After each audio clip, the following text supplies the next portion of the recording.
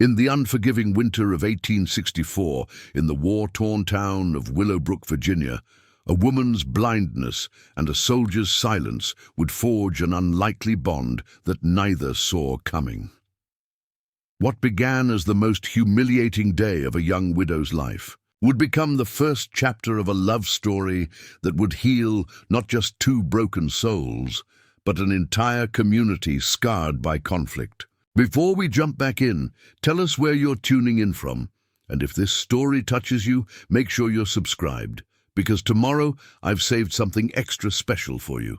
The faded portrait of Thomas Winters hung crooked on the cabin wall, its frame chipped from the day it had fallen during Margaret Winters' desperate attempt to navigate her darkened world. The man in the portrait seemed to gaze upon his widow and infant daughter with sorrowful eyes, as if apologizing for leaving them to face the world alone after Gettysburg claimed his life along with thousands of others.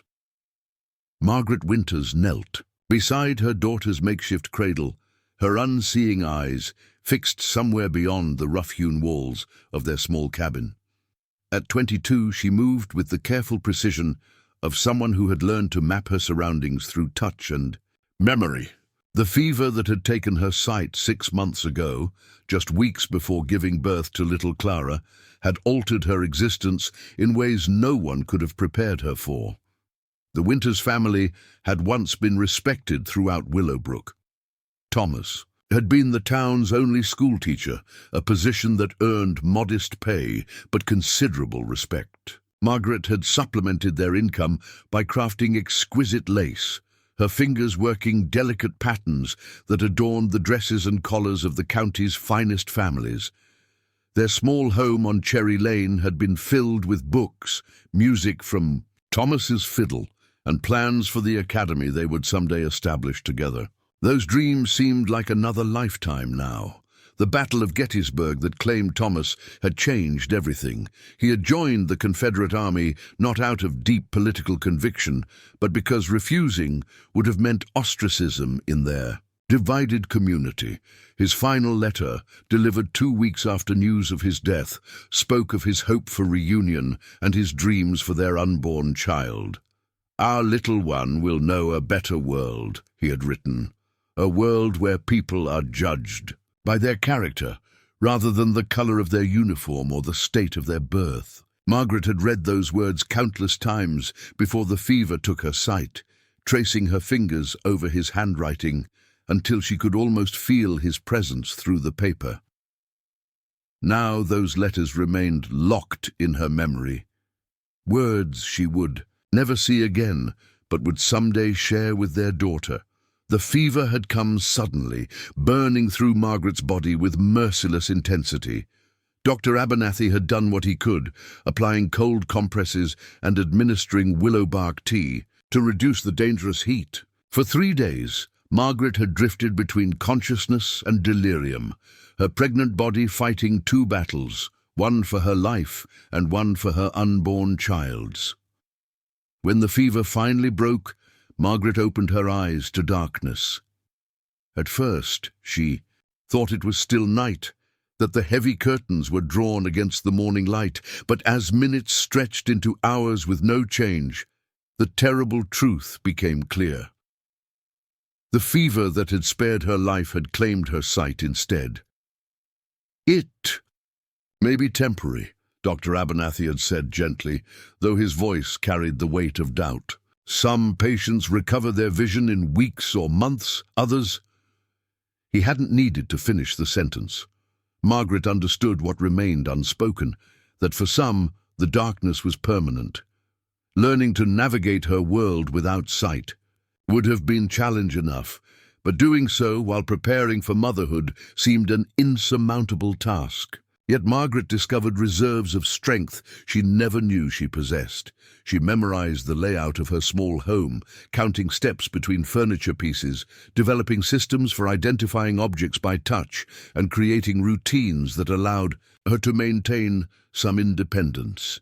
Mrs. Louisa Hammond, the widow who lived next door, became Margaret's lifeline during those difficult months. She checked in daily, helped with household tasks Margaret couldn't manage alone, and promised to be present when the baby came.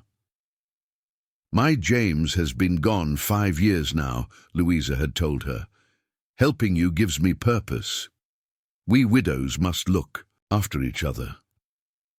When little Clara arrived on a snowy December night, Margaret experienced a joy that pierced even the darkness of her sightless world.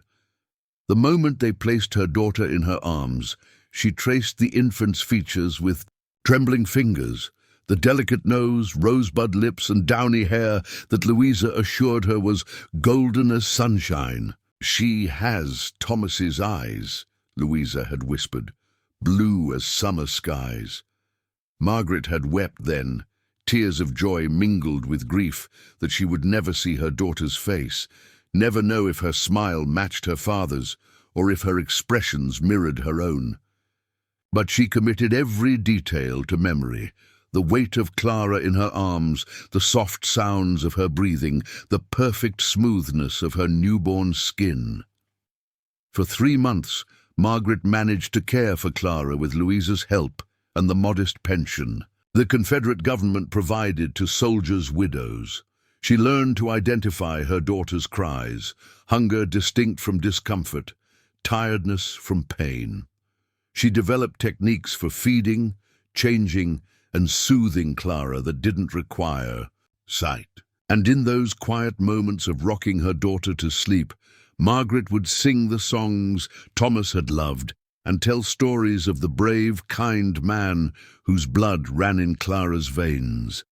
But war had depleted resources throughout the South, and the promised pension payments became increasingly irregular. By March, they had stopped entirely. A visit from a government official brought the devastating news that the Confederate treasury was empty, that promises made to soldiers' families could no longer be kept.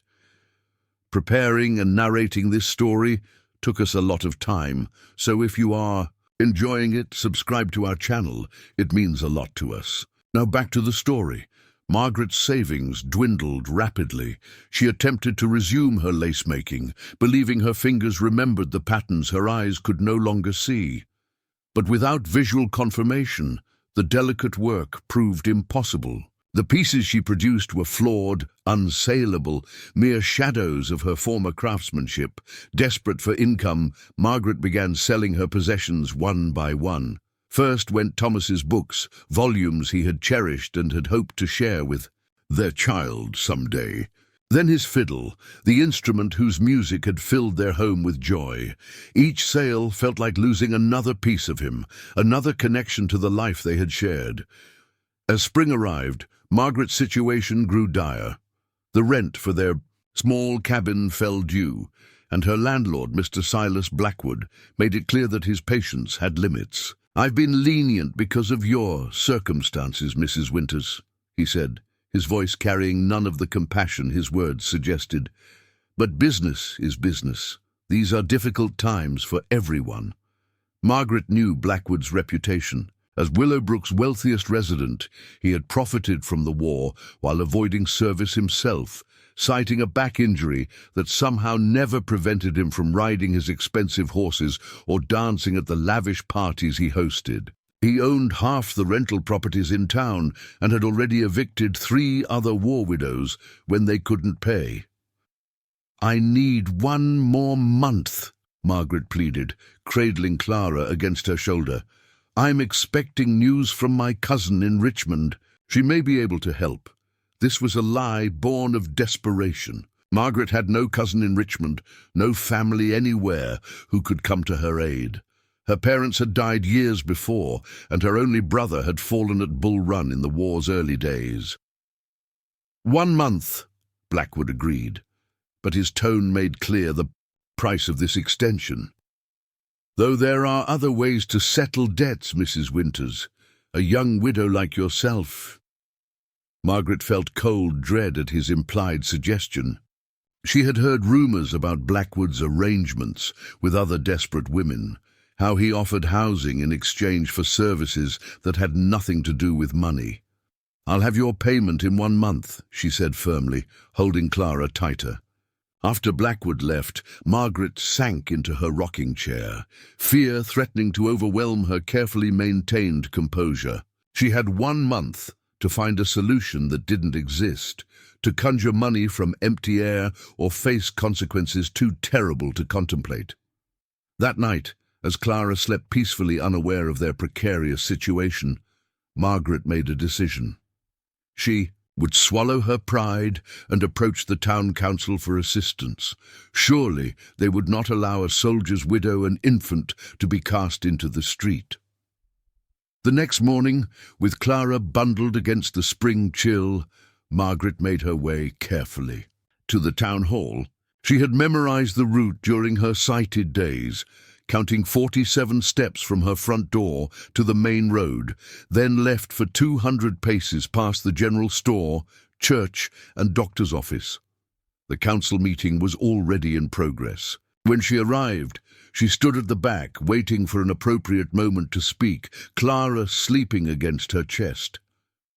Next matter, Mayor Harrington announced, relief funds for war widows and orphans. Margaret felt a surge of hope. This was precisely the help she needed. Regrettably, the treasurer reported, the town's relief fund is depleted. The last distributions were made 2 weeks ago, and we have no further resources to allocate until the fall harvest brings new tax revenue. Margaret's hope crumbled. Fall was months away, and her deadline with Blackwood was mere weeks. When the meeting concluded, she approached the mayor, introduced herself, and explained her situation. "I'm truly sorry, Mrs. Winters," Mayor Harrington said, genuine regret in his voice. "Your husband was a fine man and served honorably, but there simply isn't money to be had. The war has left us all struggling." "Is there work I might do?" Margaret asked. "Something that doesn't require sight?" The mayor was quiet for a moment, considering. Most households are handling their own needs these days, and the tasks a blind person might manage are few. "I can sort items by touch, fold laundry, shell peas, rock children," Margaret persisted, hearing the desperation in her own voice. "I learn quickly and work hard." "I'll ask around," the mayor promised, but his tone suggested he expected little success. As Margaret made her way home, Clara began to fuss, hungry and tired of being carried. The spring sun warmed their faces, a cruel contrast to the cold fear gripping Margaret's heart. What would become of them if she couldn't find a solution? What would happen to Clara if they were evicted? That evening, as Margaret sat rocking Clara and contemplating increasingly desperate options, a knock at the door interrupted her thoughts. It was Louisa Hammond, breathless with what sounded like anxiety. "Margaret, I've just heard the most terrible news," she said, entering the cabin and taking Margaret's free hand. "Silas Blackwood was at the tavern tonight, boasting about his plans for your debt." Margaret felt her heart sink. "What plans?" "He's invoking an old county ordinance that allows for public auction of property to settle outstanding debts," Louisa explained, her voice tight with outrage, "including indenture contracts." "Indenture?" Margaret whispered, understanding immediately the implications. "He means to sell me as a servant to pay the debt?" "Worse," Louisa said. "The ordinance makes no distinction between types of service. It's a relic from before the war. Rarely used, but still legally binding. Blackwood has already posted notice at the courthouse. The auction is scheduled for next Friday." Margaret clutched Clara tighter, horrified realization dawning. "He means to sell me to one of his friends, doesn't he? As more than a servant." "I fear so," Louisa confirmed. "And there's more. The notice includes Clara as part of the property, to be auctioned." The room seemed to spin around Margaret despite her blindness. The thought of being separated from her daughter was more terrifying than any hardship she had faced. "They cannot take my child," she said, her voice suddenly steel. "I won't allow it." "The mayor is trying to intervene," Louisa said. "He sent messages to the county judge arguing that the ordinance is outdated and immoral, But Blackwood has powerful friends, and the law, however unjust, appears to be on his side. Margaret stood, still holding Clara, and began pacing the small room. "I have to leave Willowbrook," she decided, "tonight, if possible." "And go where?" Louisa asked gently. "With no money, no sight, and an infant. The nearest town is 15 miles away." "I don't know," Margaret admitted, the momentary determination giving way to crushing reality. "But I cannot stand on an auction block like livestock, and I will not let them take my daughter." Louisa was quiet for a long moment. "There is one possibility," she finally said. "My sister in Pennsylvania wrote last month that she could take me in. Perhaps she would extend the same offer to you and Clara." Hope flickered in Margaret's heart. "Pennsylvania is hundreds of miles away. How would we get there?" "I have some savings," Louisa said. "Perhaps enough for train tickets. We could leave tomorrow, before Blackwood realizes what we're planning." For the first time in weeks, Margaret felt a glimmer of possibility. They spent the evening making hurried preparations, gathering the few possessions Margaret couldn't bear to leave behind: Thomas's letters, their wedding bands, a lock of Clara's hair from her first month. But their plans collapsed the next morning when Louisa arrived with devastating news. "Blackwood has stationed men at the train station and stagecoach office," she reported. "He's told them to prevent any widow with a child from leaving town. He suspects you might try to flee." Margaret sank into her rocking chair, Clara sleeping peacefully in her cradle, unaware of the forces gathering against them. "He's thought of everything," she whispered. "Not everything," Louisa insisted. "We still have a week before the auction. The mayor continues to argue against it, and I've written to the Union commander at the garrison in Fredericksburg. The war may be over, but the military still holds considerable authority in these transitional times." But as the days passed, hope dwindled. The county judge ruled that the auction could proceed, dismissing arguments about its moral implications as irrelevant to the legal question at hand. The Union commander responded that civil matters fell outside military jurisdiction unless they directly threatened reconstruction efforts or freed persons' rights. 3 days before the auction, Margaret received a visitor she hadn't expected. Silas Blackwood himself came to her cabin, his heavy footsteps and the scent of expensive cologne announcing his presence before he spoke. "Mrs. Winters," he said, his voice carrying the false concern she had come to recognize.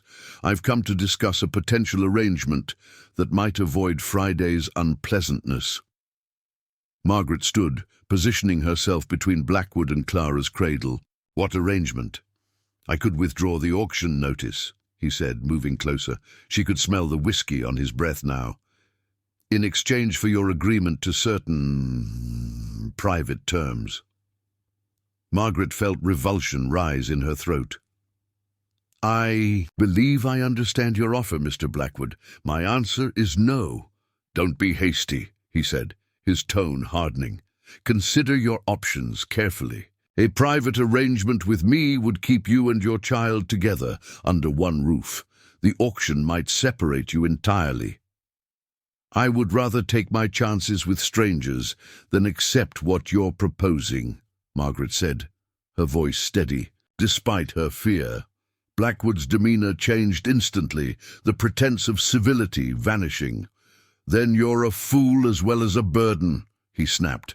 "Friday's auction will proceed as planned. I've already had inquiries from several interested parties."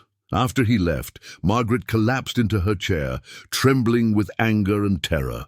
The thought of what awaited them on Friday was almost unbearable, yet she found herself clinging to one cold comfort. At least she wouldn't have to see the faces of those who would bid on her and her child. Her blindness, for once, would spare her that particular humiliation. The morning of the auction dawned clear and warm, a beautiful spring day that seemed to mock the darkness of Margaret's circumstances. Louisa arrived early to help her prepare, bringing a clean dress and offering to arrange Margaret's hair. "You should know, Louisa said quietly as she brushed Margaret's long chestnut hair, "that people are talking. Many are outraged by what Blackwood is doing, but they're afraid to speak against him. He holds too many debts, controls too many livelihoods." "I understand," Margaret said. "Fear is a powerful silencer." "There's something else," Louisa continued. "A cavalry unit arrived in town last night, Union soldiers returning north after garrison duty in Georgia. Their captain was asking questions at the tavern about the auction." Margaret felt a flicker of interest. "What kind of questions?" "About the legality, the circumstances, your situation specifically," Louisa replied. "The bartender said he seemed particularly troubled when he learned you were blind and that an infant was involved." "Did this captain give his name?" "No," Louisa said, "and apparently he barely spoke at all. The men with him explained that he was wounded at Petersburg, took a bullet to the throat. He can't speak above a whisper, and even that causes him pain, so he communicates mostly through writing and gestures." Margaret considered this strange information. A Union cavalry captain, unable to speak, interested in her situation. It seemed an odd coincidence, yet unlikely to change the outcome of the day's events. At precisely noon, Louisa led Margaret to the courthouse square, Clara bundled in her mother's arms. The crowd's murmurs washed over Margaret like waves, curiosity, disapproval, pity, all mixing together in a sea of sound that made her grateful for her inability to see their expressions. "Step up, Mrs. Winters," came Sheriff Taylor's uncomfortable voice. He'd always been kind to Margaret, and she could hear the shame in his tone now. "Mr. Blackwood, please confirm the debt amount for the record." $247, Blackwood announced, covering 6 months' unpaid rent plus applicable interest and fees as stipulated in the rental agreement. The amount was grossly inflated. Margaret knew her debt couldn't exceed $100 at most, but she had no documentation to prove it and no legal standing to challenge it now. "The auction will proceed as follows," Sheriff Taylor continued, his voice carrying across the unusually large gathering. "Mrs. Margaret Winters and infant daughter Clara Winters are offered under limited indenture contract to satisfy the stated The contract period is 2 years, after which time both parties will be released from all obligations. Bidding starts at $250.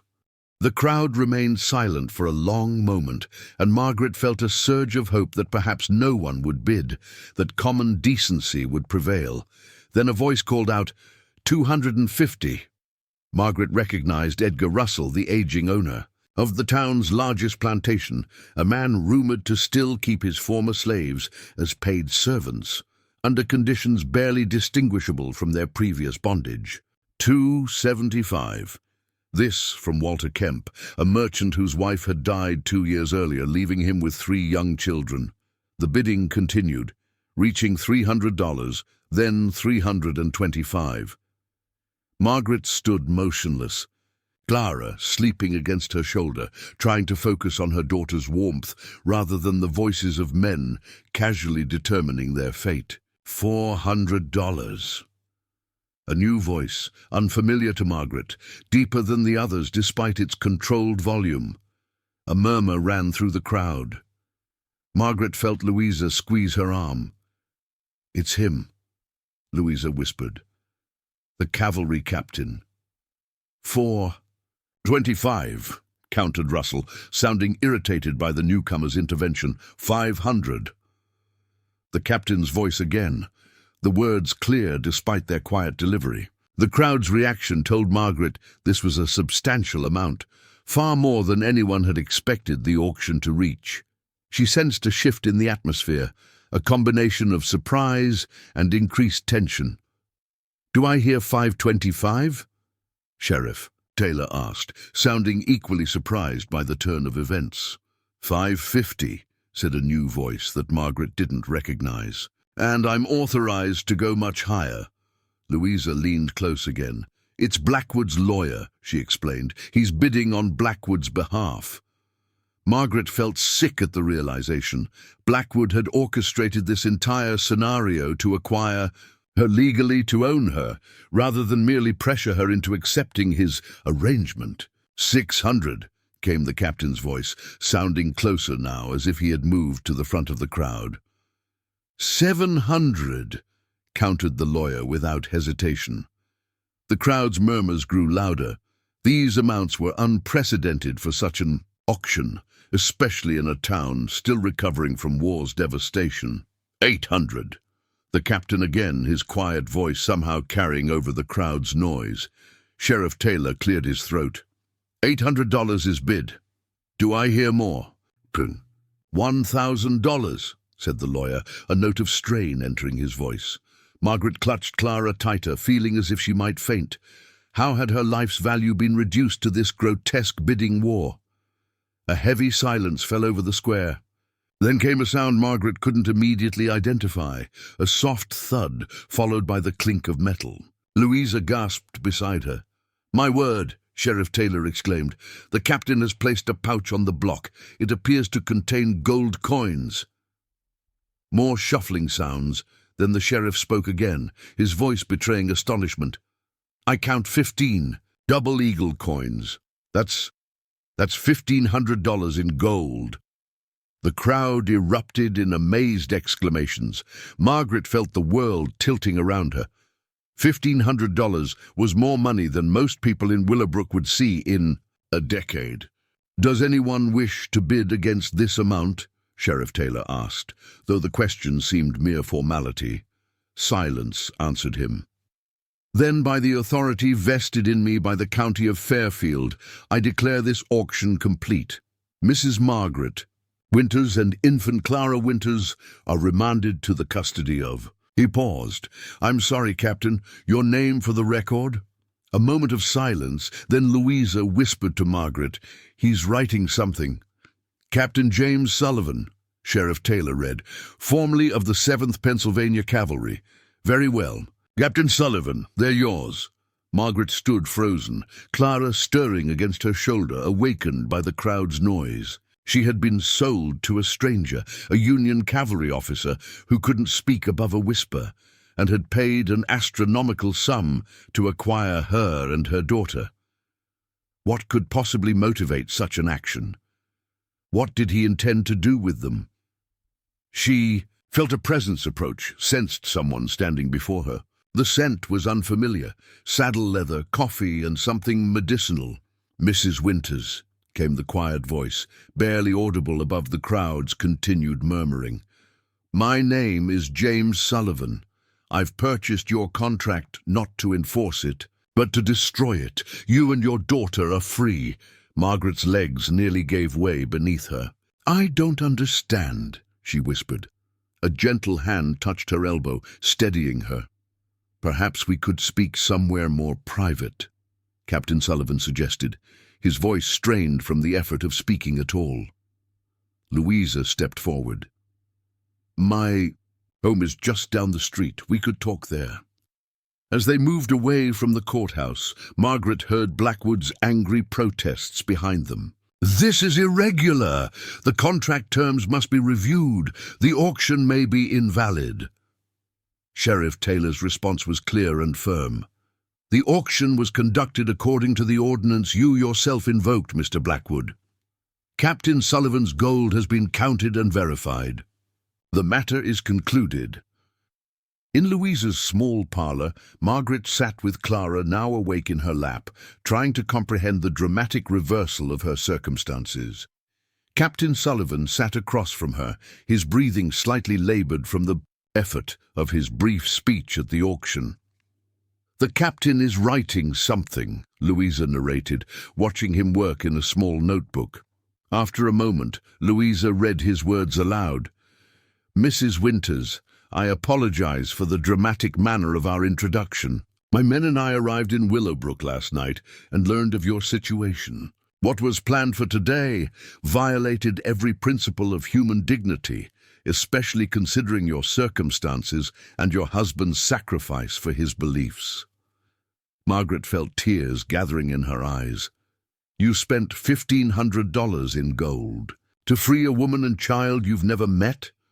More writing, then Louisa reading, "Money has little value compared to doing what's right.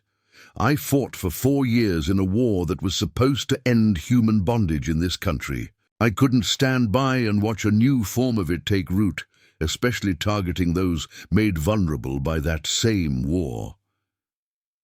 "Your generosity is overwhelming," Margaret said, one hand gently stroking Clara's hair.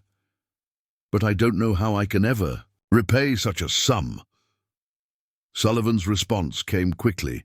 "There is no debt. The contract is already destroyed. My only concern now is for your and your daughter's continued safety and welfare." Louisa read his next message with audible surprise. "I'm traveling to Philadelphia, where I've purchased a small property outside the city. It includes a cottage that sits empty. If you wish, you and Clara could occupy it rent-free while you decide. Your next steps.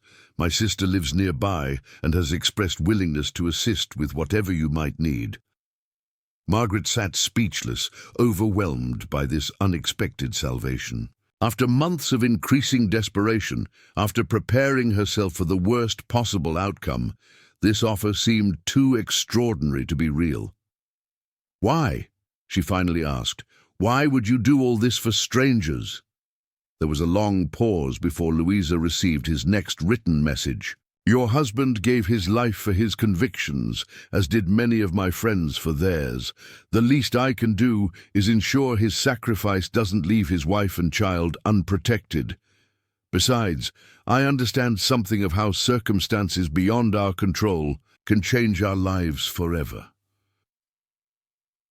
"Your voice," Margaret said softly. "Your injury." Sullivan made a sound that might have been agreement. More writing, then Louisa reading, "Petersburg, last days of the war. Bullet tore through my throat. Doctors said I should have died. Sometimes I wonder if part of me did." The raw honesty of this admission touched Margaret deeply. Here was someone who understood profound loss, who knew what it meant to have life's course altered in an instant. "Captain Sullivan," she said carefully, "your offer is incredibly generous. Before I accept, I need to ask what expectations you might have. My recent experiences have taught me to be cautious about arrangements that seem too perfect." His response came quickly. "You would be a tenant, nothing more.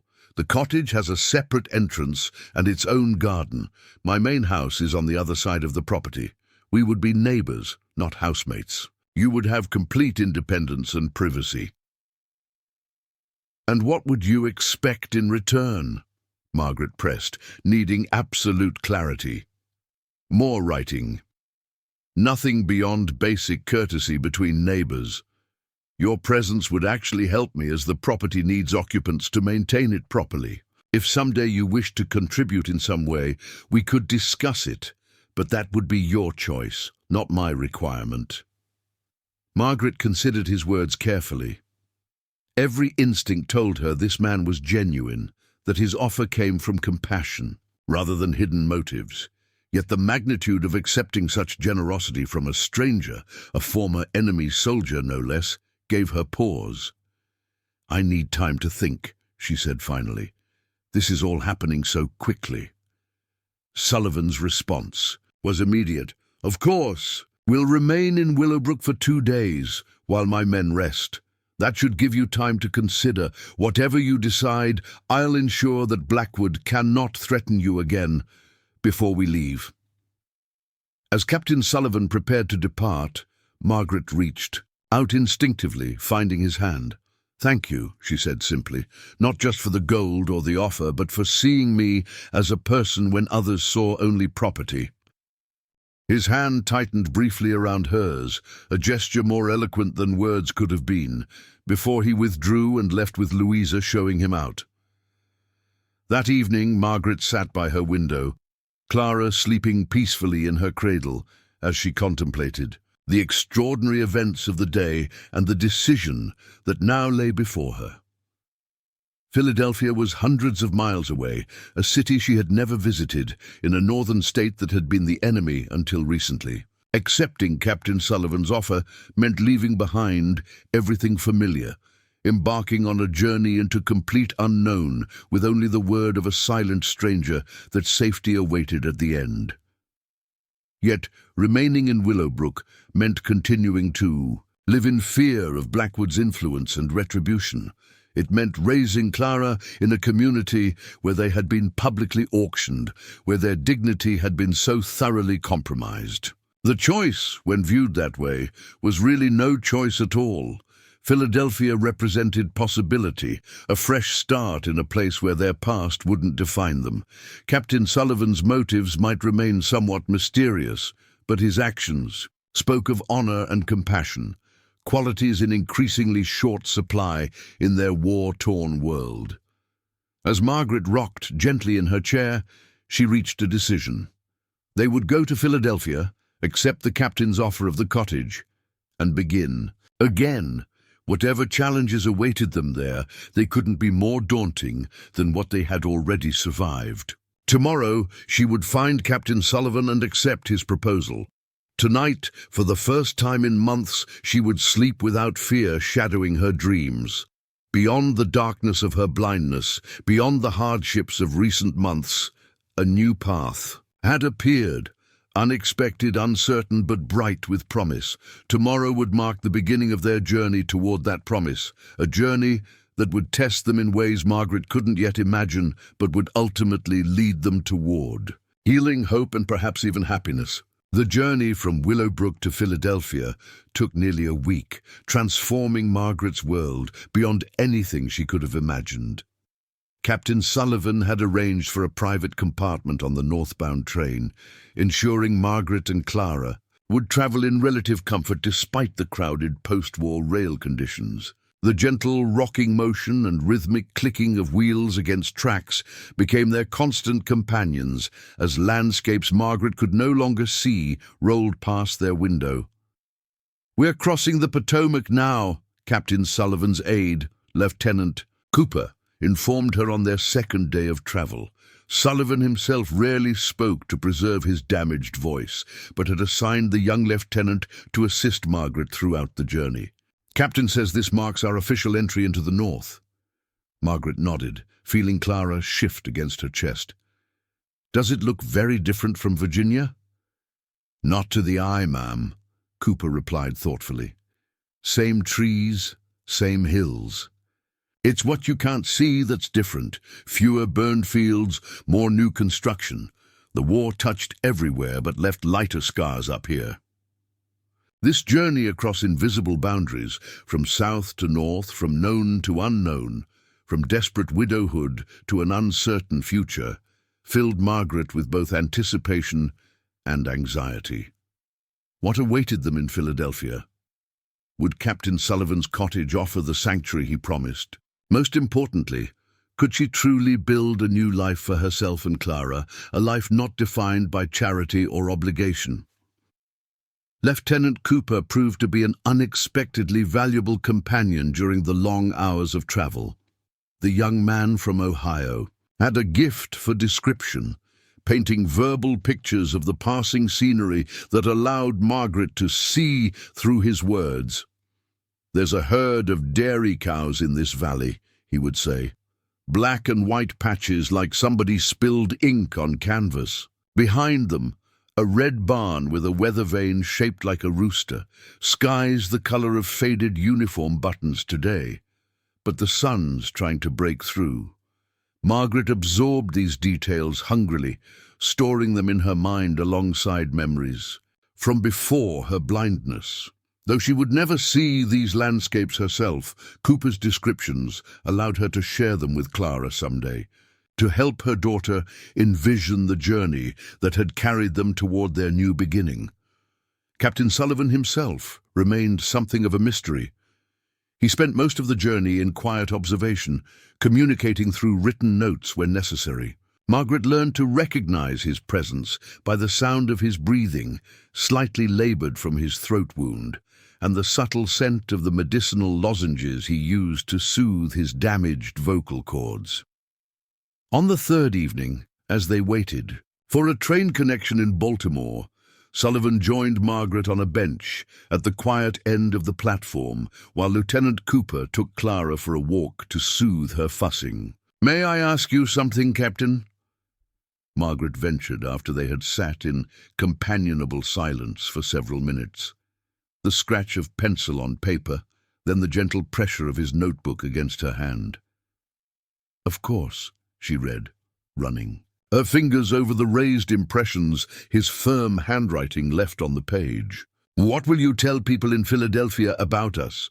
How will you explain my presence in your cottage?" More writing, then another page pressed into her hands.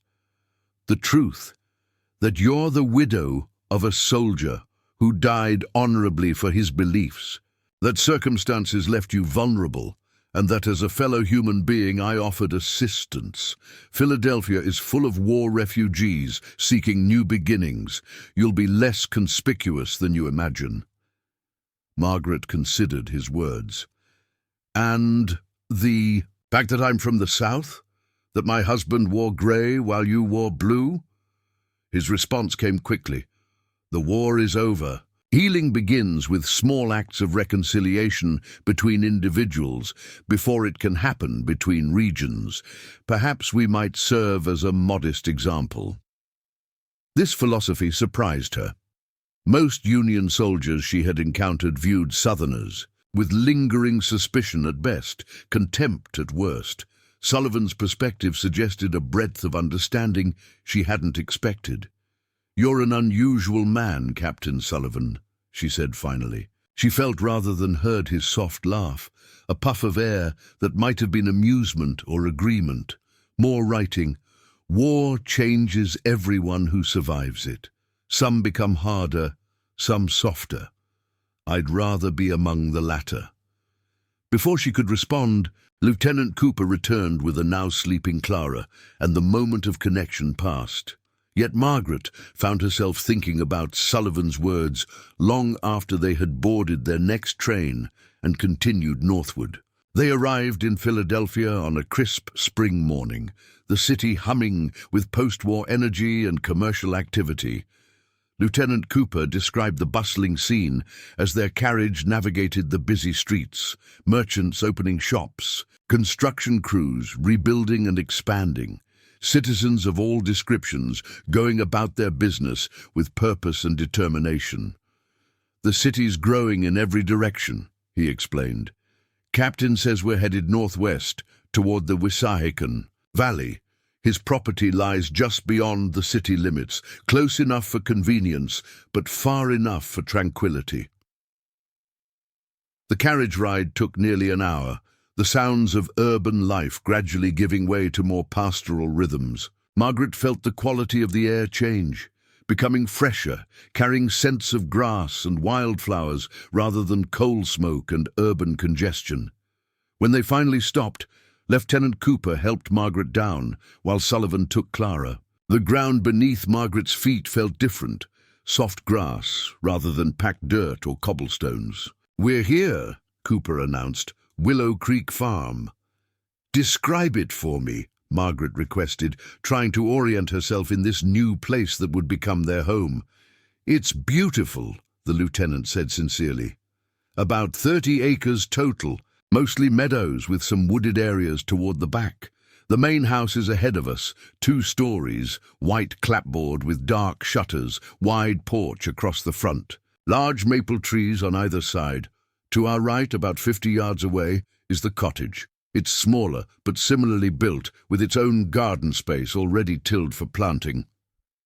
A creek runs between the properties," added Sullivan in his strained whisper, clearly wanting to contribute this detail personally, despite the effort it cost him. Margaret took a deep breath, filling her lungs with the clean spring air. After months of uncertainty and fear, after the humiliation of the auction block and the exhaustion of their journey, they had arrived at what promised to be sanctuary. Whether it would become a true home remained to be seen, but in this moment, standing on grass warmed by morning sun with Clara safely cradled nearby, Margaret allowed herself to hope. The cottage exceeded Margaret's expectations. Lieutenant Cooper led her through each room, allowing her to touch and memorize the layout. A cozy sitting room with a fireplace, a functional kitchen with a pump for water, a dining nook bathed in sunlight, and 2 bedrooms, one clearly prepared for Clara with a handcrafted cradle. Captain's sister arranged everything, Cooper explained as Margaret ran her fingers over freshly laundered linens and simple but sturdy furniture. Mrs. Eleanor Chambers. She lives about a mile up the road with her husband and 3 children. Captain says she'll call tomorrow to introduce herself. Most surprising was the discovery of a trunk in Margaret's bedroom containing clothing for both her and Clara, practical dresses, nightgowns, stockings, and even a warm shawl, all in fabrics finer than anything Margaret had owned in years. "This is too much," she protested when Sullivan joined them for a final inspection of the cottage. The familiar sound of pencil on paper, then Cooper reading aloud. Eleanor insisted. She said any mother traveling with an infant needs proper supplies, and that you could always replace these items when you're settled if they're not to your taste. That evening, after Cooper departed for his own lodgings in the city and Sullivan withdrew to the main house, Margaret sat in a rocking chair beside Clara's cradle, listening to the unfamiliar sounds of their new home, the gentle bubbling of the creek outside, the occasional call of unfamiliar birds, the creaking of the cottage as it settled in the cooling night air. For the first time since Thomas's death, she felt something like peace, not happiness exactly, but the absence of immediate fear.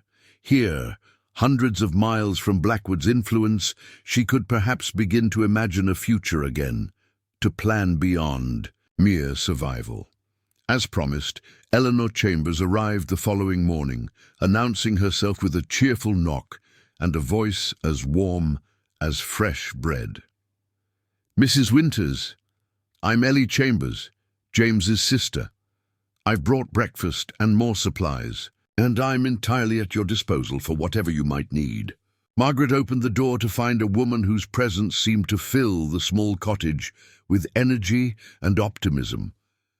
Eleanor took Margaret's hand in both of hers, her grip firm and reassuring. "Thank you for your kindness," Margaret said, somewhat overwhelmed by the woman's vibrant greeting. "Please call me Margaret. Margaret it is. And I'm Ellie to everyone except my children when they're in trouble," she replied with a laugh. "Now where's this beautiful baby girl James has told me about?" Over breakfast, Eleanor proved to be exactly what Margaret needed.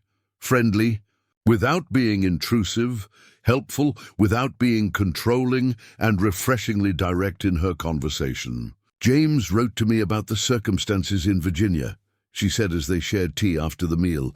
"Absolutely barbaric, auctioning a mother and child. I'm glad he was there to intervene." "I still don't fully understand why he did," Margaret admitted. "Such extraordinary generosity towards strangers." Eleanor was quiet for a moment.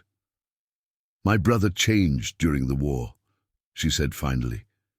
"He was always kind, but he returned with a heightened sense of justice, perhaps, and a determination to find meaning in his survival when so many others perished. His voice," Margaret said. "It must have been a terrible wound." "The physical injury was just part of it," Eleanor replied. "He watched his best friend die in the same artillery blast that took his voice, carried the man's body back to camp despite his own injuries. The doctors called it a miracle he survived, but James sometimes questions whether that miracle was a blessing or a burden." Margaret understood that sentiment all too well. She had asked similar questions during her darkest days, why she had survived the fever only to face a world of perpetual darkness, why Thomas had been taken while others lived, why Clara should enter a world so full of hardship and loss. "Does he live alone in the main house?" she asked, changing the subject slightly. "He does, though I check on him regularly. He bought this property 3 months ago, needing somewhere quiet after the chaos of war. The farm gives him purpose, something to rebuild rather than destroy." Eleanor paused. Having you and Clara here will be good for him too, I think. The cottage was sitting empty, and too much emptiness isn't healthy for a soul that's seen what his has. Over the days that followed, Margaret began establishing routines that would shape their new life. Eleanor visited daily at first, helping Margaret map the cottage grounds and teaching her to navigate the surrounding area using a cane and memorized landmarks. Together they planted a kitchen garden with herbs and vegetables that Margaret could identify by scent and touch. "Basil to your left," Eleanor instructed as they worked the soil. "Rosemary ahead. I've arranged everything in rows based on growing height and harvest time, with the tallest plants at the back so they won't shadow the others." Margaret's fingers worked the rich earth, finding unexpected joy in this simple, productive task. She had never been particularly interested in gardening before her blindness, but now the tactile nature of the work satisfied something deep within her, a need to create, to nurture, to connect with the physical world in ways her darkness couldn't diminish. Captain Sullivan maintained a respectful distance during these early days, allowing Margaret and Clara to settle without feeling his presence as an obligation. Occasionally, Margaret would hear him working in the fields beyond the cottage, or tending to the 2 horses he kept in the small stable, but he made no demands on her time or attention. Their first real conversation since arriving in Philadelphia occurred nearly 2 weeks after their arrival. Margaret was sitting on the cottage porch, shelling peas, while Clara napped inside, when she heard his distinctive footsteps approaching, slightly uneven due to another war injury Eleanor had mentioned. "Good afternoon, Captain," she greeted him, setting aside her work, the creak of the porch step as he sat, then the familiar scratch of pencil on paper. He pressed the notebook into her hands. "James, please," she read. "We're neighbors now. Not soldier and refugee." Margaret smiled. "James, then, though you should call me Margaret as well." More writing. "Are you finding everything comfortable? Eleanor tends to overwhelm with helpfulness, but she means well." "Your sister has been wonderful," Margaret assured him, "and the cottage is perfect, exactly what Clara and I needed. I don't know how to thank you properly for all of this." His response came quickly. "Seeing the cottage occupied and cared for is thanks enough. It belonged to the property caretaker before I purchased the farm, but had stood empty for nearly a year. A house needs inhabitants to truly be a home." Margaret considered his words. "Do you find your house becoming a home?" A long pause before his next message. "It's becoming something. Not what I imagined before the war, but perhaps what I need now. Having neighbors helps." There was something poignant in this admission that touched Margaret deeply. They were both rebuilding lives that had taken unexpected turns, both learning to navigate worlds fundamentally altered by loss and change. "Clara's starting to smile," she said, shifting to lighter conversation. "Real smiles, not just the reflexive ones. Newborns have. She smiled this morning when I sang to her, the first time I've felt like she truly recognized me." James wrote again, and this time she detected enthusiasm in the pressure of his writing. "Children perceive more than we realize. She knows. Her mother's voice, her touch. Your connection transcends what either of you can see." This observation, so simple yet profound, brought unexpected tears to Margaret's eyes. Since losing her sight, she had worried constantly about her ability to bond properly with her daughter, to be the mother Clara deserved. James's words suggested a perspective she hadn't considered, that perhaps their connection existed on a level beyond visual recognition, in realms of touch and sound and presence that might be even more fundamental. Over the weeks that followed, a comfortable rhythm developed between the main house and the cottage. Margaret gradually expanded her independence, learning to perform household tasks with increasing confidence and to care for Clara without constant assistance. Eleanor visited several times weekly, often bringing her children who delighted in entertaining the growing baby. James maintained his respectful distance while finding small ways to be helpful, leaving freshly chopped firewood on the cottage porch, arranging for weekly deliveries of supplies from town, ensuring the path between the houses remained clear and easily navigable with Margaret's cane. Their interactions, while still somewhat formal, grew increasingly comfortable. Sometimes in the evenings, James would sit on the cottage porch with Margaret after Clara was asleep, communicating through his notebook or simply sharing companionable silence as night settled over the farm. Through these quiet conversations, Margaret learned more about the man who had so dramatically altered her fate. Born to a Philadelphia merchant family, James had attended Harvard before the war, studying literature and philosophy with plans to become a professor. He had enlisted in the first wave of Northern volunteers, believing the conflict would resolve quickly. 4 years later, he had emerged as a decorated officer with invisible wounds that went far deeper than his damaged throat and occasional limp. "Do you miss teaching?" Margaret asked one evening after he had described his pre-war ambitions. His written response was thoughtful. "I miss the person who wanted to teach. That idealistic young man seems like someone I once knew rather than myself, but I'm finding new purposes. The farm, supporting veterans' relief efforts, occasionally helping the Freedmen's Bureau with documentation work. And rescuing Southern widows at auction," Margaret added with a small smile. James's soft laugh, more breath than sound, carried through the evening air. "Just the one," he wrote, "special circumstances." This casual exchange revealed something important to Margaret, that James saw her not as a charitable project or obligation, but as a unique individual whose circumstances had warranted unique intervention. The distinction mattered deeply to her sense of dignity and self-worth. As spring gave way to summer, Margaret's world expanded in unexpected ways. Eleanor introduced her to other families in the area, many of whom welcomed the Southern widow with genuine warmth.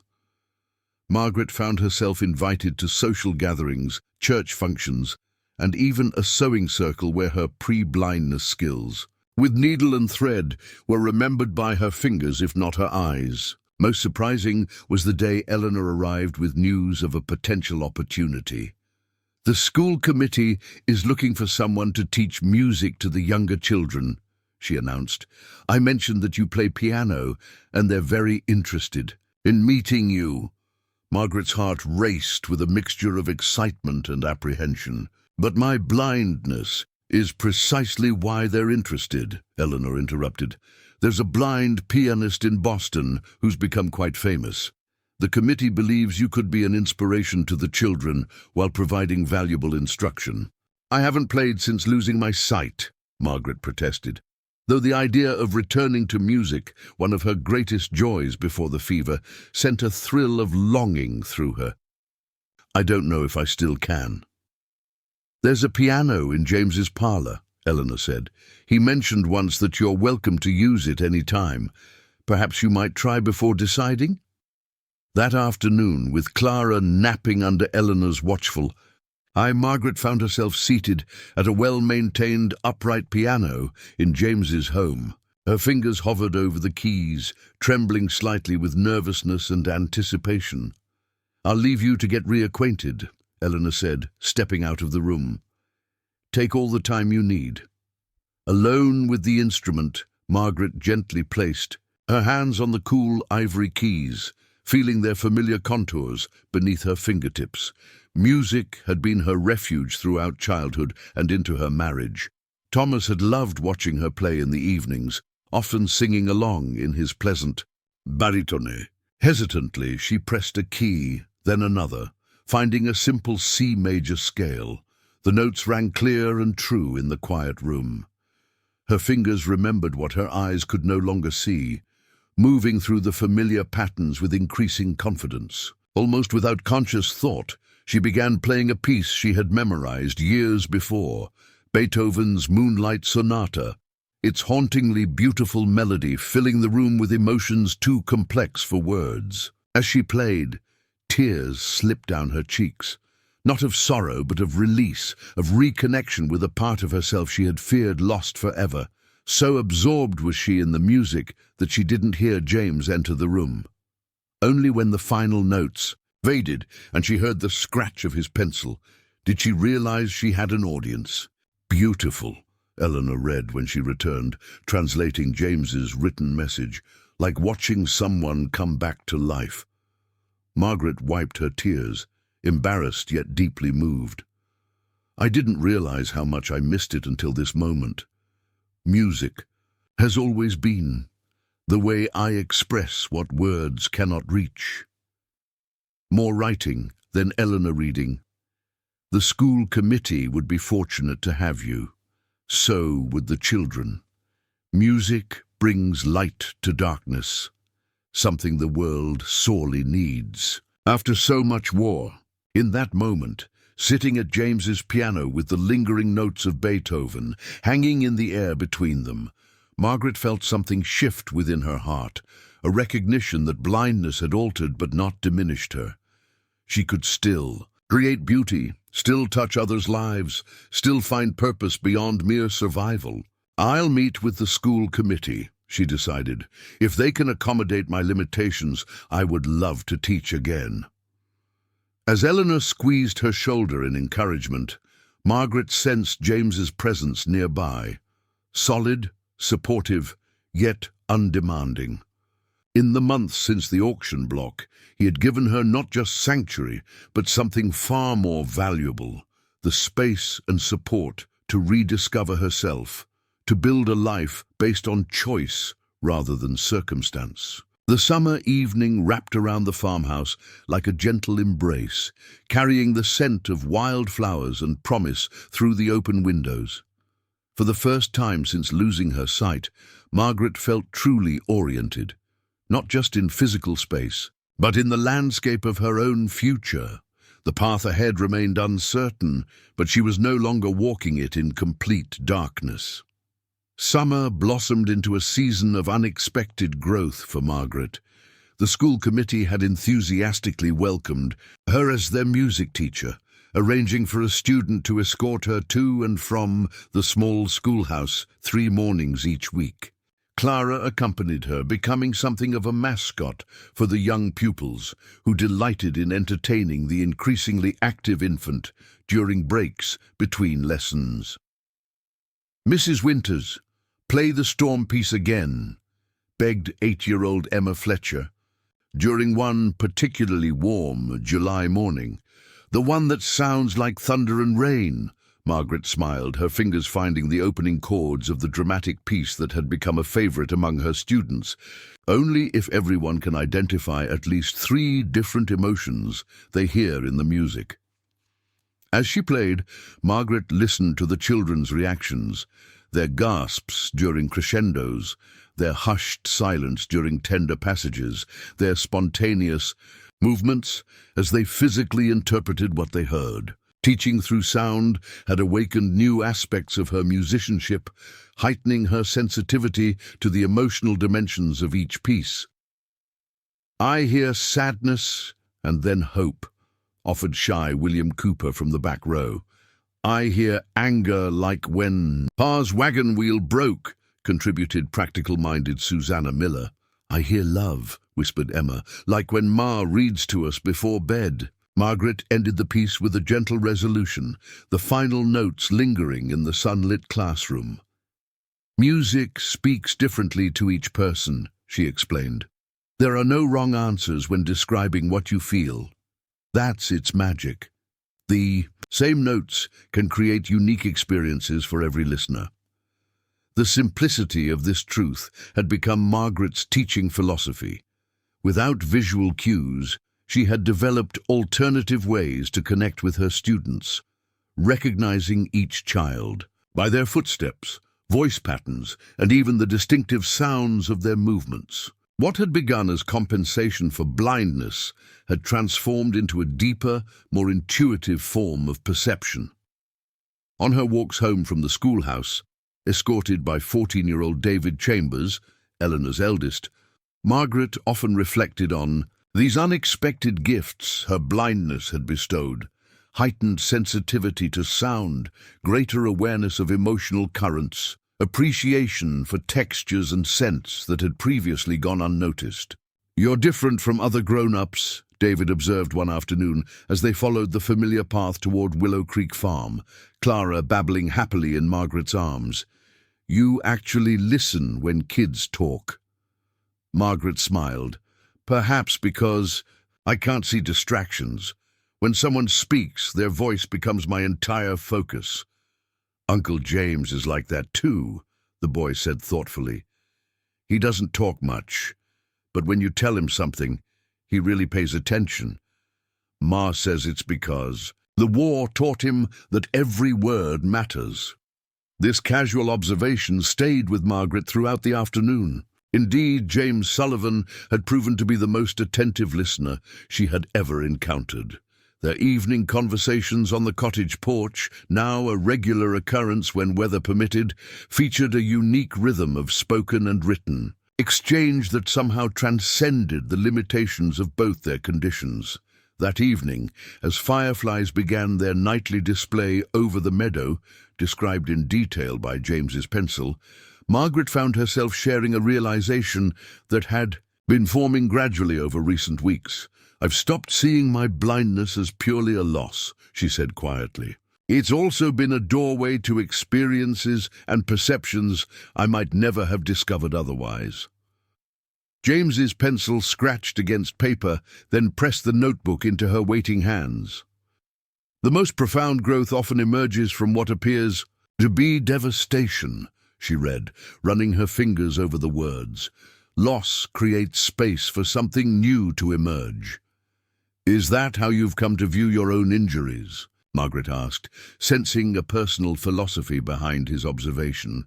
The extended pause told her he was considering this question carefully. Finally, more writing. "Some days, other days I still rage against what was taken. But increasingly, I recognize that silence has taught me to listen in ways I never could before. And physical pain has connected me to others' suffering in ways theoretical compassion never achieved." Margaret nodded, understanding this complex relationship with profound loss. "Thomas, my husband, used to quote something about how the same wind that extinguishes a candle can make a bonfire blaze brighter." More writing. "Adversity destroys what is weak, but strengthens what is resilient. You, Margaret Winters, are remarkably resilient." The compliment warmed her unexpectedly. Since arriving at Willow Creek Farm, Margaret had worked diligently to rebuild her independence, to contribute rather than merely receive assistance. James's acknowledgement of this effort, offered without condescension or pity, felt like recognition of her true self rather than merely her circumstances. As summer progressed toward autumn, Margaret's world continued expanding through connections she formed in the community. Her piano students increased to include several adults who arranged private lessons at the cottage.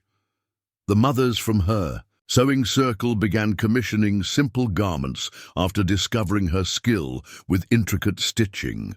Even Clara contributed to their growing social circle, her sunny temperament and ready smiles drawing admirers wherever Margaret took her.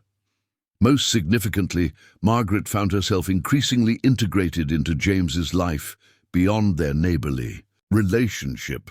Eleanor had orchestrated this with subtle determination, ensuring Margaret was included in family dinners at the main house and various social gatherings with James's friends from Philadelphia. "My brother needs community," Eleanor explained during one of their garden tending sessions. Left to himself, he'd become a complete hermit, writing in his journals and wandering the property alone. Having you and Clara nearby has been wonderfully good for him. Margaret detected something in Eleanor's tone, a hint of matchmaking perhaps, but chose not to address it directly. Her feelings toward James remained complicated, a mixture of profound gratitude, genuine friendship, and something less easily defined that she wasn't yet ready to examine closely. Instead, she focused on practical matters. James mentioned expanding the cottage garden next spring. He thinks we could grow enough vegetables to sell some at the farmer's market in town. He's planning that far ahead for your garden, Eleanor asked, a smile evident in her voice. Interesting. As my landlord, Margaret clarified, feeling her cheeks warm slightly. It's a sensible improvement to his property.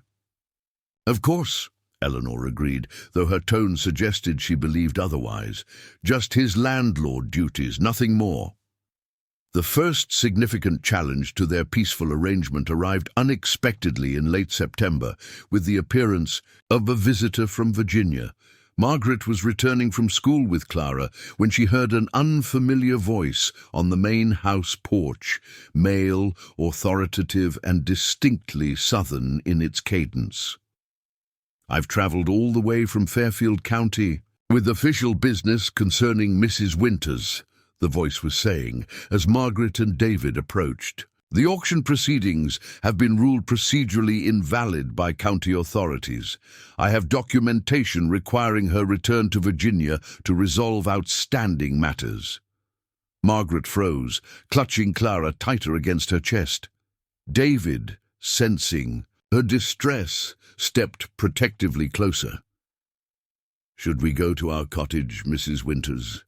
he whispered. Before Margaret could respond, she heard James's distinctive footsteps on the porch boards, followed by the scratch of his pencil. Someone, presumably Eleanor, who Margaret now realized was also present, read his message aloud. "Mrs. Winters is legally employed here and established as a Pennsylvania resident. Any claims from Virginia hold no jurisdiction. I suggest you take your documents back to where they came from." "This isn't a request, Captain Sullivan," the visitor replied, his tone hardening. "This is a legal requirement. Silas Blackwood has powerful connections throughout Virginia and into Maryland. He's determined to resolve what he considers an interrupted business transaction." Margaret stepped forward, drawing strength from indignation. "David, please take Clara to Eleanor," she said quietly, handing her daughter to the boy. Once Clara was safely away, Margaret advanced toward the porch, her cane tapping confidently before her. "I believe you're discussing me," she said, her voice steadier than she felt. "I prefer to be included in such conversations." A moment of silence, then the visitor spoke directly to her.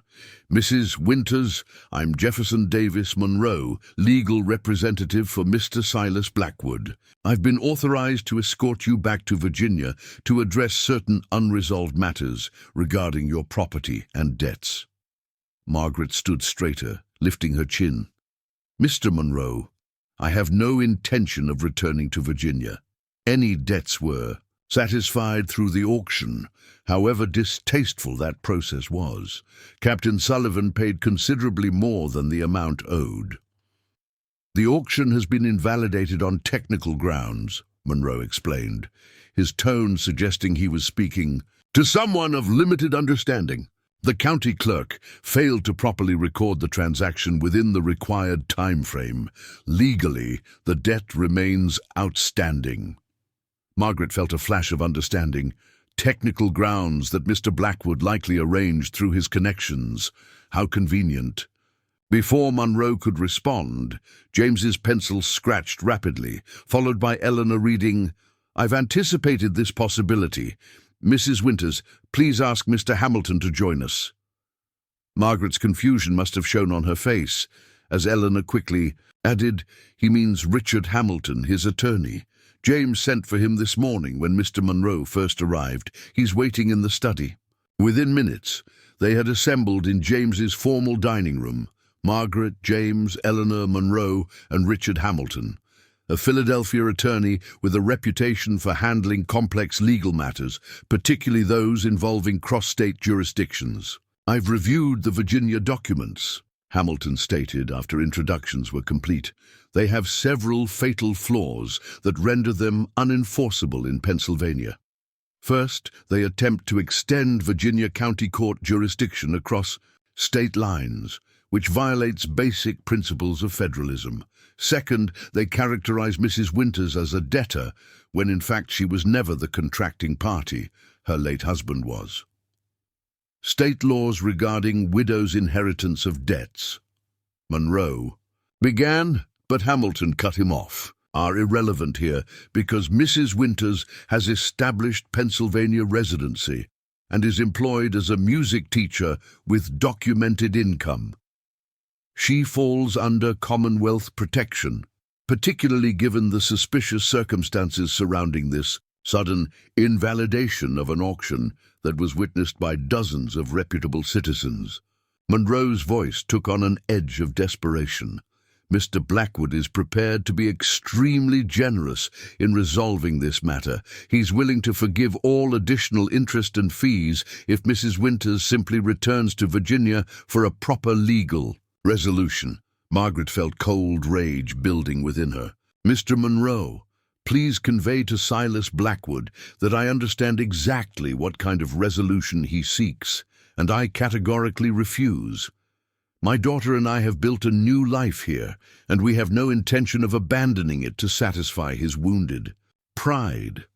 James's pencil moved again, and Eleanor read, "Additionally, inform Mr. Blackwood that any further attempts to harass Mrs. Winters will result in federal charges for interstate intimidation, possibly under the new civil rights statutes. I have several former military colleagues now serving in the Justice Department who would take particular interest in a case involving a war widow." The implied threat hung in the air for several tense moments before Monroe sighed audibly. "I'll convey your positions to my client, but I doubt this will be the end of the matter. Mr. Blackwood is not accustomed to being refused." "Neither am I," Margaret said with quiet firmness. "Good day, Mr. Monroe." After the Virginia lawyer departed, Margaret sank into a dining room chair, her hands trembling with delayed reaction. The confrontation had awakened fears she thought she'd left behind in Willowbrook. The vulnerability of her position as a blind widow, the precariousness of her independence, the ever-present threat that Clara might somehow be taken from her. "He'll be back," she whispered, "or someone else will come. Blackwood won't simply abandon his pursuit." James moved to sit beside her, his hand finding hers on the table and squeezing gently. His pencil scratched, and Eleanor read, "Then we'll be ready. You're not alone in this fight, Margaret." Attorney Hamilton cleared his throat. "Captain Sullivan has already taken significant legal precautions. We've filed formal residency papers for you and Clara, documented your employment, and prepared affidavits from community members attesting to your established life here. Additionally, we've compiled evidence of Mr. Blackwood's questionable business, practices that would make any further legal action on his part extremely risky for his reputation." Margaret turned toward James, overwhelmed by the extent of his preparations. "You anticipated this?" More writing. Then Eleanor's voice. "I hoped it wouldn't be necessary, but experience taught me to prepare for the worst while working toward the best. You and Clara deserve peace. I intend to help ensure you have it." That evening, after Clara was asleep and the house had grown quiet, Margaret sat alone on the cottage porch, processing the day's events. The confrontation with Monroe had shaken her more deeply than she wanted to admit, resurrecting fears she'd believed conquered. Yet alongside this distress was a profound realization that she was no longer facing such threats alone. In Willowbrook, her blindness and widowhood had isolated her, marking her as vulnerable prey for men like Blackwood. Here, at Willow Creek Farm, those same conditions had somehow become the foundation for community rather than isolation. Her blindness had connected her with students who valued her unique teaching approach. Her widowhood had integrated her into a network of other women who had lost husbands to the war. Even Clara, who might have been viewed as a burden, had become a beloved presence who opened doors throughout the community. And then there was James, The silent cavalry captain, whose actions spoke volumes, his damaged voice could not. He had created not just physical safety for Margaret and Clara, but legal protection, social acceptance, and opportunities for genuine independence. He had done all this while carefully preserving Margaret's dignity, never allowing gratitude to become an obligation or assistance to become control. The realization crystallized in Margaret's mind with sudden clarity. She had developed feelings for James Sullivan that went far beyond gratitude or friendship. Somewhere between their evening conversations on this porch, their shared understanding of profound loss and his unwavering respect for her autonomy, admiration had blossomed into something deeper. This recognition both thrilled and terrified her. Thomas had been gone barely 18 months. Was it disloyal to feel this way about another man so soon? And James himself had never expressed anything beyond neighborly concern and friendship. Perhaps his kindness was merely the reflection of a generous nature, rather than any particular affection for her. These thoughts occupied Margaret throughout. The following days, as autumn painted the countryside in colors she could no longer see but could vividly remember. Eleanor described the changing landscape during their walks. Crimson maples, golden hickories, the deep purple of wild asters, blooming along the creek banks. "James is preparing the farm for winter," Eleanor mentioned, as they harvested the last vegetables from Margaret's garden. "He's hired additional help to repair fencing and ensure both houses are properly weatherproofed before the first frost." "He's been very quiet since Monroe's visit," Margaret observed. "More so than usual, I mean." Eleanor paused in her work. "He's concerned, not just about Blackwood's threats, but about how they affected you. He feels responsible somehow, as if bringing you here exposed you to danger rather than protecting you from it." "That's ridiculous," Margaret protested. "He saved us from a terrible fate. Anything that's happened since is still vastly preferable to what awaited us in Virginia." "Perhaps you should tell him that," Eleanor suggested gently. "He values your opinion more than you might realize." That evening, Margaret made a decision. After putting Clara to bed, she wrapped herself in a warm shawl and made her way carefully along the path to the main house. She had memorized the route so completely that she hardly needed her cane, every root and stone familiar beneath her feet. She found James on his porch, recognized by the distinctive creak of his rocking chair. The evening air carried the scent of pipe tobacco, one of his few indulgences. "May I join you?" she asked, pausing at the bottom step. The chair stopped rocking, followed by quick footsteps as he came to assist her up the stairs. His hand under her elbow was steady and warm. Once seated in a chair beside his, Margaret turned toward where she knew James was sitting. "I wanted to thank you for handling Monroe so effectively and to apologize for bringing trouble to your doorstep." The immediate scratching of his pencil told her he disagreed strongly with this characterization. He pressed the notebook into her hands. "You have nothing to apologize for," she read. "Blackwood's persecution is not your doing. If anyone should apologize, it's me for not anticipating this sooner." Margaret shook her head firmly. "No, you've done more than anyone could reasonably expect. Without you, Clara and I would be in unimaginable circumstances now." She hesitated, then added more softly, "You've given us a life, James. Not just shelter or protection, but a genuine life with purpose and community." More writing, then the notebook again. "You've built that life through your own courage and determination. I merely provided a starting point." "You provided much more than that," Margaret insisted. "You offered respect when others saw only vulnerability. You created opportunity where others would have imposed limitations. You've been—" She searched for words adequate to express what his presence had come to mean in her life. "You've been a light in my darkness." The metaphor felt right. The moment she spoke it, James had indeed become a source of illumination in her sightless world, helping her navigate not just physical spaces, but emotional ones as well. The silence that followed her declaration stretched long enough that Margaret began to worry she had overstepped some boundary.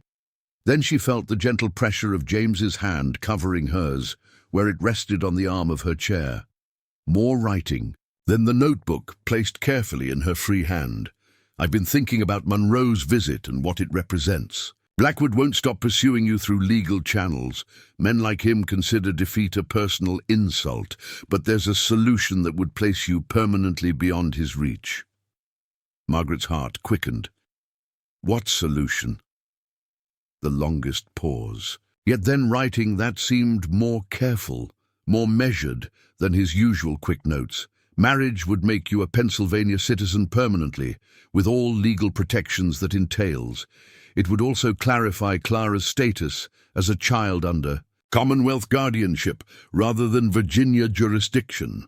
Margaret sat perfectly still, absorbing the practical, legal reasoning behind this suggestion, while wondering if there might be more personal motivations underlying it. Are you proposing a marriage of convenience, Captain Sullivan? His hand tightened briefly over hers, then withdrew as he wrote again.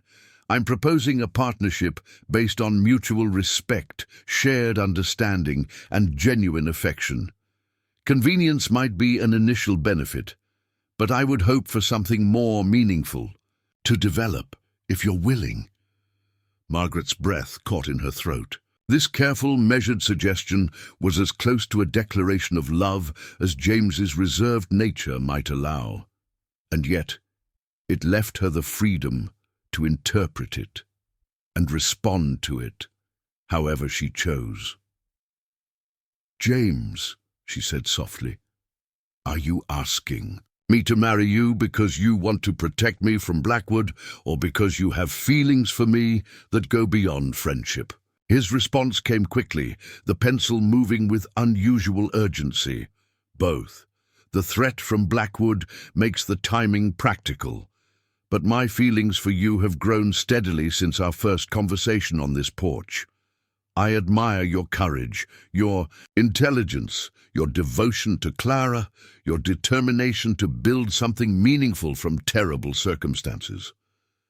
I find myself looking forward to our evenings together more than any other part of my day. Margaret felt tears gathering in her eyes, not from sadness, but from a complex mixture of emotions too powerful to contain.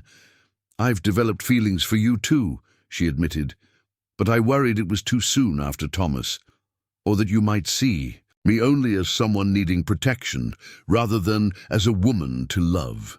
She felt James move from his chair to kneel before hers, taking both her hands in his writing tablet pressed against her knee as he composed one more message. I see you completely, Margaret Winters. Your strength alongside your vulnerability, your independence alongside your capacity for connection. I would be honored to build a life with you and Clara, if you'll have me. Margaret reached out, her fingers finding his face, tracing the strong jawline, the straight nose, the slight indentation of the scar near his throat that marked his war wound. This was the first time she had seen him through touch, creating a mental image to accompany the voice, presence, and character she had come to know so well. Yes, she whispered, her fingers still resting against his cheek. Yes, I will marry you, James Sullivan. Not just for protection or practicality, but because I've found in you something I never expected to discover again, a true partner for whatever life brings. She felt, rather than heard, his exhale of relief and happiness. Then, with gentle hesitation, his lips found hers in a first kiss that promised many more to come. Tender, respectful, yet carrying undercurrents of deeper passion carefully restrained. As they sat together on the porch, hands intertwined and hearts aligned, the autumn evening wrapped around them like a blessing. From disaster had emerged possibility. From darkness, unexpected light.